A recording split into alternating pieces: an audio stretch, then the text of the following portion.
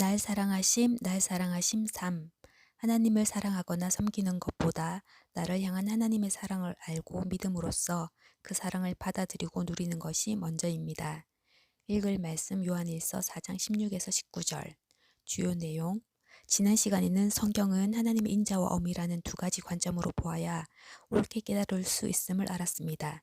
오늘은 로랜드 복 목사님의 가브리엘 천사를 만났다라는 책을 읽고 난 후 더 깊이 이해하게 된 하나님의 인자하심에 대해 나누겠습니다. 1. 저는 칭의가 무엇인지에 대해 보다 구체적으로 깊이 이해하게 되었습니다. 찰스 피니는 칭의를 예수님의 의가 전가되는 것이 아니라 단순히 예수님의 피로 죄사함을 받는 것으로 이해했습니다. 과거에 저는 찰스 피니의 견해에 어느 정도 동조했습니다. 왜냐하면 칭의를 예수님의 의가 전가되는 것으로 이해할 때 믿음으로 얻는 칭의란 죄인이 개인적인 거룩함 없이도 믿기만 하면 의로워진다는 뜻이 아닙니다. 라고 피니가 지적한 그런 오해와 착각에 빠질 위험성이 있기 때문입니다. 그러나 그 후 연구를 계속하면서 피니의 칭의에 대한 가르침이 성경적이지 않다는 것을 깨닫게 되었습니다. 왜냐하면 성경에는 분명 다음과 같이 기록되어 있기 때문입니다. 고린도전서 1장 30절. 너희는 하나님으로부터 나서 그리스도 예수 안에 있고 예수는 하나님으로부터 나와서 우리에게 지혜와 의로움과 거룩함과 구원함이 되셨으니. 고린도후서 5장 21절. 하나님이 죄를 알지도 못하신 이를 우리를 대신하여 죄로 삼으신 것은 우리로 하여금 그 안에서 하나님의 의가 되게 하려 하심이라. 로마서 5장 16에서 17절. 한 사람의 범죄로 말미암아 사망이 그 사람을 통하여 왕노릇하였은즉 더욱 은혜와 의의 선물을 넘치게 받는 자들은 한 분 예수 그리스도를 통하여 생명 안에서 왕노릇하리로다. 여기에 나오는 의로움, 의의 선물을 넘치게 받는 자들이라는 표현은 단순히 죄 용서가 아니라 그 이상의 것을 말하고 있음이 분명해 보였습니다. 그래서 칭의가 단순히 죄 용서가 아니라 의의 전가를 의미한다는 쪽으로 선회해서 그런 생각을 오래전부터 가지고 있었습니다. 그리고 가브리엘 천사를 만나다라는 책을 통해 그 의미를 온전히 이해하게 되었습니다. 그것은 바로 주님이 우리를 보실 때 예수님의 대속을 통해서 보시기 때문에 우리를 거룩하고 흠없고 완전하게 보신다는 것입니다. 이와 같은 칭의의 개념에 대해 존 스토트는 그리스도의 십자가라는 책에서 이렇게 말했습니다. 칭의와 사죄는 분명히 서로 상보적인 두 개의 개념이지만 그렇다고 완전히 똑같은 것은 아니다. 사죄는 우리의 부채를 탕감하며 형벌을 받아야 하는 우리의 위험한 상태를 면제해준다. 한편 칭의는 하나님 앞에서 의로운 위치를 우리에게 부여하는 것이다. 옳습니다. 칭의란 이런 것입니다. 그것은 죄 용서와 같은 소극적인 것이 아니고 의의 전가와 같이 적극적인 것입니다.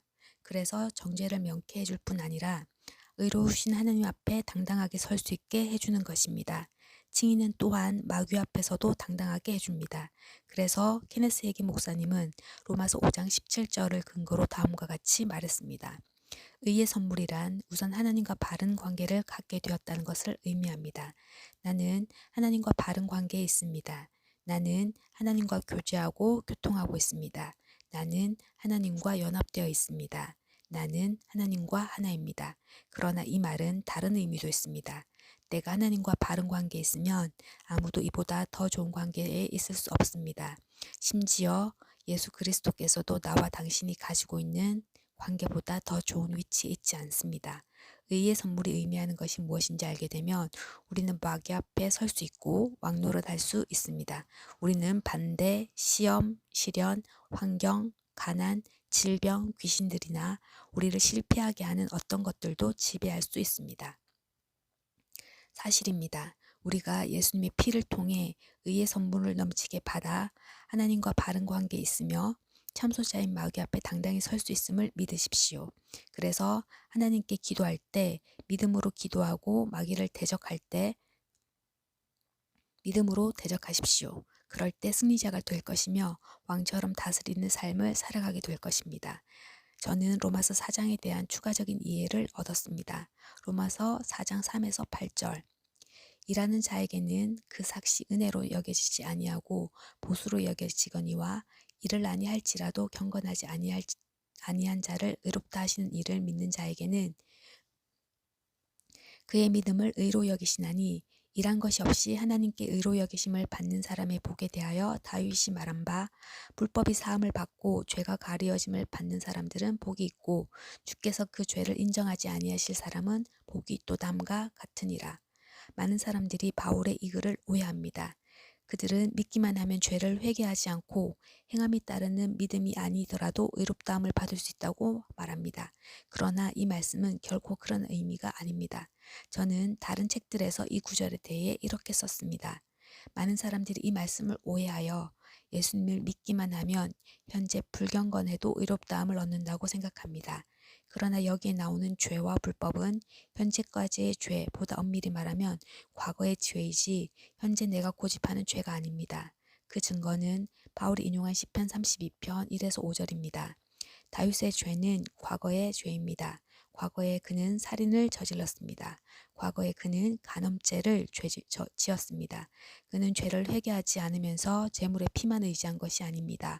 자기의 죄를 깨닫고 그 죄를 진심으로 회개하면서 고백한 것입니다. 그때 하나님께서 그의 불법과 죄를 기억하지 않는다고 하신 것입니다. 따라서 우리는 바울의 이 글을 오해하지 말아야 합니다. 이 설명에는 문제가 없습니다. 필요한 지적이고 맞는 지적입니다. 그러나 제가 놓치고 있었던 것이 하나 있습니다. 그것은 하나님의 현재 불경건한 자들을 의롭다고 하신다는 것입니다. 물론 하나님은 회개하지 않은 자나 행함이 산출해내지 못하는 거짓 믿음을 가진 자들을 의롭다고 하시지는 않습니다. 그럼에도 불구하고 회개하고 믿은 자에게 자의 삶에도 죄가 있습니다. 미성숙뿐 아니라 분명 죄가 있습니다. 그것은 하나님을 거역하는 습관적인 죄와는 다른 것입니다. 그런데 하나님은 그 죄들이 있음에도 불구하고 그들을 의롭다고 하십니다. 그들의 그런 죄들을 가리우고 죄로 인정하지 않으십니다. 그러므로 불경건한 자를 의롭다고 하시는 것은 과거의 죄, 즉 지금까지의 죄뿐 아니라 습관적인 죄가 아닌 이상 현재의 죄도 포함하는 것입니다. 따라서 진실로 하나님은 불경건한 자를 의롭다고 하시는 분입니다. 3. 저는 밥 존스 목사님의 사후체험 간증을 온전히 소화하게 되었습니다. 밥 존스 목사님의 사후체험 간증에는 다음과 같은 내용이 나옵니다. 제가 그 빛 가운데 서 있는 한 사람을 보았는데 저의 오른편에 있었고 완전히 하얀색의 겉옷을 입고 있었습니다. 그 순간 저에게 떠오른 첫 번째 생각은 내가 나의 옷을 깨끗하게 씻었던가? 내 옷이 정말 정결할까? 혹시 내 옷에 어떤 흠이나 점은 없을까? 하는 것이었습니다. 저는 저희 겉옷을 보았습니다. 다행히도 저희 겉옷에는 흠이 없었고 색깔은 하얀색이었습니다.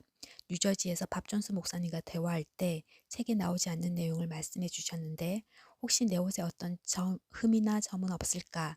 라고 생각했던 이유는 그 당시 그분의 삶에 죄들이 있었기 때문이라는 고백이었습니다. 저는 자칫하면 사람들이 이 말을 오해하여 구원파나 신앙주의의 오류에 빠질 수 있기 때문에 의도적으로 이 내용을 말하지 않았습니다. 그런데 가브리엘 천사를 만나다라는 책을 읽음으로써 왜 밥 존스 목사님의 옷이 흰옷이었는지 더 구체적이고 온전히 이해하게 되었습니다. 롤랜드 벅 목사님은 그 책에서 저는 하나님께서 우리를 보실 때 우리의 죄나 실수를 보지 않으시고 예수님 안에서 거룩하고 의로운 존재로 보신다는 내용을 성경 어디에서 실제로 확인할 수 있습니까? 라고 여쭈었습니다. 하나님은 내가 이미 그것을 성경에 기록해 두었단다. 민수기를 읽어보면 이 내용이 나온단다 라고 대답하셨고 민수기를 찾아본 결과 23장 21절에 그 내용이 적혀 있는 것을 확인하였습니다. 여호와는 야곱의 허물을 보지 아니하시며 이스라엘의 패역을 보지 아니하시는도다. 저는 그동안 성경을 수없이 읽어왔지만 하나님은 인간이 스스로를 보는 방식과 전혀 다른 방식으로 인간들을 바라보고 계시다는 진리에 대해서는 감히 생각도 하지 못했습니다. 하나님의 눈은 인간을 덮고 있는 예수 그리스도의 희생에 머물러 있는 반면에 인간은 그 아래를 봅니다. 라고 썼습니다. 하나님은 실제로 우리를 이렇게 보십니다. 우리가 완전해야 주님 앞에 점도 흠도 없이 설 수 있는 것이 아닙니다. 우리가 비록 불완전하고 죄가 있어도 예수님의 대속으로 인해 하나님 앞에 흠 없고 점 없는 자로 설 수 있습니다. 그러므로 우리는 그 피를 의지해야 합니다. 회개하되 회개에 합당한 열매를 의지하지 말고 믿되 믿음에 따른 행함을 의지하지 말고 오직 십자가를 의지하며 하나님 앞에 나아가야 합니다. 4. 저는 하나님의 용서가 얼마나 깊고 완전한지를 깨닫게 되었습니다. 하나님은 사랑이십니다. 그리고 사랑은 악한 것을 기억하지 않는 것입니다. 그러므로 하나님은 용서하는 즉시 그가 행한 악을 실제로 잊어버리십니다. 하나님은 롤랜드 벅 목사님의 책에서 친히 용서에 대해 이렇게 말씀하셨습니다. 나는 불순종하는 자녀들에게 나의 용서가 얼마나 진실한 것인지 보여주기 원한단다. 그리고 나에게 순종했을 때 과거에 그들이 어떤 잘못을 했던지 하늘에서는 이미 모두 사라졌다는 것을 가르쳐주고 싶다. 내게 있어 용서란 단순히 어떤 잘못을 기억하지 않는 것이 아니라 내가 그들을 용서했다는 그 사실까지도 잊어버리는 것이란다. 그렇습니다. 하나님은 우리가 회개하고 자백한 죄를 잊으셨습니다. 하나님의 용서는 완전합니다. 우리 마음에 자꾸 과거의 죄가 떠오르고 죄책감이 생긴다면 그것은 절대 성령의 역사가 아닙니다. 참소하는 자인 마귀의 역사입니다. 그러므로 참소하는 마귀를 예수님의 이름으로 대적하고 쫓아버리십시오. 그리고 하나님의 용서를 받아들이고 자유와 평안을 누리시기 바랍니다. 이제 더 놀라운 이야기를 하나 하겠습니다. 하나님이 우리의 모든 죄를 용서하고 아주 잊어버리셨기 때문에 심판은 우리에게 전혀 다른 것이 되었습니다. 이에 대해 롤랜드 벅 목사님은 이렇게 썼습니다. 그러므로 때가 이르기 전 곧 주께서 오시기까지 아무것도 판단치 말라. 그가 어둠에 감추인 것들을 드러내고 마음의 뜻을 나타내시리니 그때 각 사람에게 하나님께로부터 칭찬이 있으리라. 모든 믿음의 사람들이 이런 말을 듣게 될 것입니다. 고맙구나, 고마워, 정말 잘했다. 물론 그 중에 어떤 이들에게는 더 많은 칭찬이 주어질 것입니다.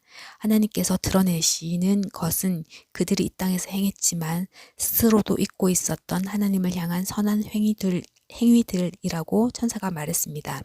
하나님께서는 여러분 자신도 알지 못했던 아름다운 행동들에 대해 칭찬해 주실 것입니다.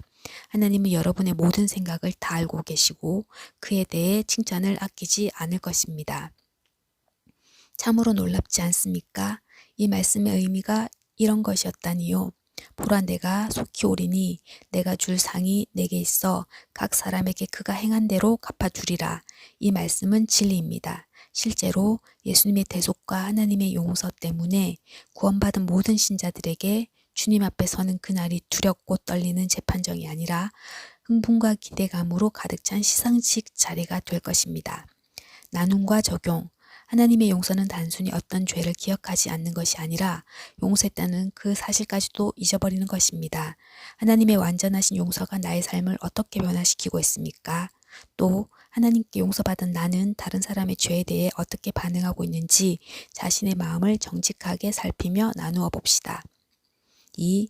우리는 예수님의 피를 통해 의의 선물을 넘치게 받은 자로서 하나님과 바른 관계에 있으며 참소자인 마귀 앞에 당당히 설 수 있음을 믿어야 합니다. 그래서 하나님께 믿음으로 기도하고 믿음으로 마귀를 대적하며 왕처럼 다스리는 승리자의 삶을 살아가도록 기도합시다.